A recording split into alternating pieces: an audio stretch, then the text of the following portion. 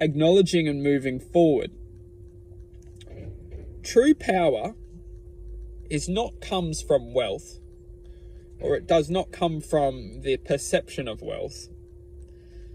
True power is acknowledging that the human heart has the truth within existence.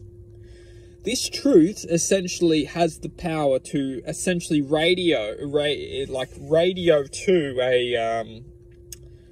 a different dimension, you could say. But this dimension isn't just a dimension, it's the expression of infinite existence.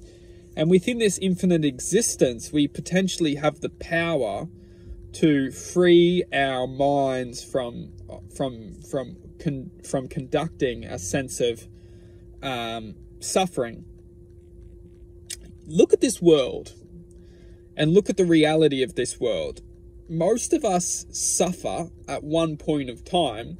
Those who don't suffer essentially inflict suffering on many people. Now, take this for a moment and comprehend this. Those who suffer have generally suffered from being inflicted suffering from another person.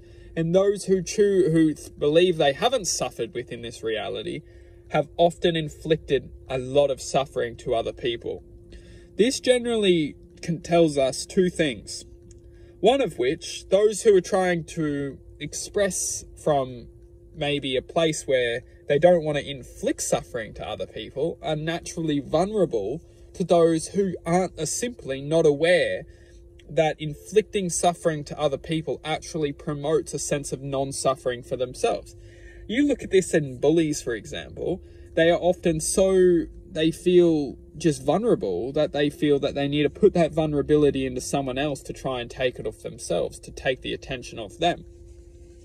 The same thing goes within this reality of our basis of existence, is that those who very much understand that they haven't come here to inflict suffering are generally really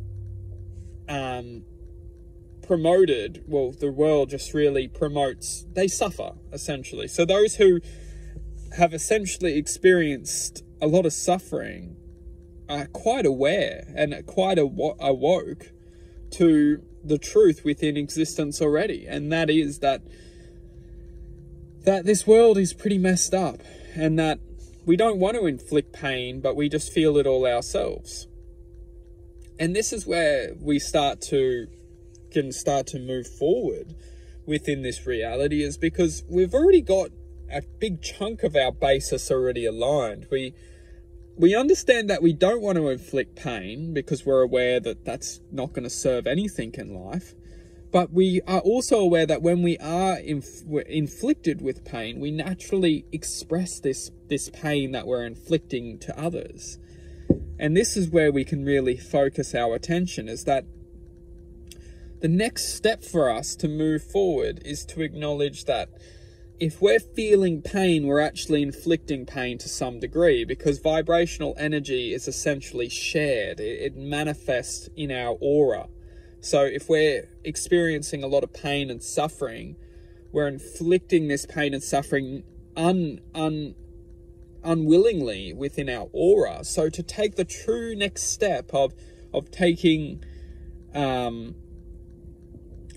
self-respect for ourselves is to acknowledge that if we're experiencing pain and suffering, we're unwillingly sharing that to others, which is ultimately creating pain and suffering to other people. And it's this self-acknowledgement which can actually spark a sense of self-awareness and self-acknowledgement that this world's pretty messed up. And it's not a coincidence that we're experiencing and conducting this pain and suffering, because if we don't manage it, it will naturally go into other people. And this is ultimately where many of us, disfortunately, end up committing suicide, because we can't bear that we're actually sharing this pain to other people. But this isn't where the truth, it's absolutely messed up. We'll wrap this up into a part 2, because we absolutely haven't covered all aspects.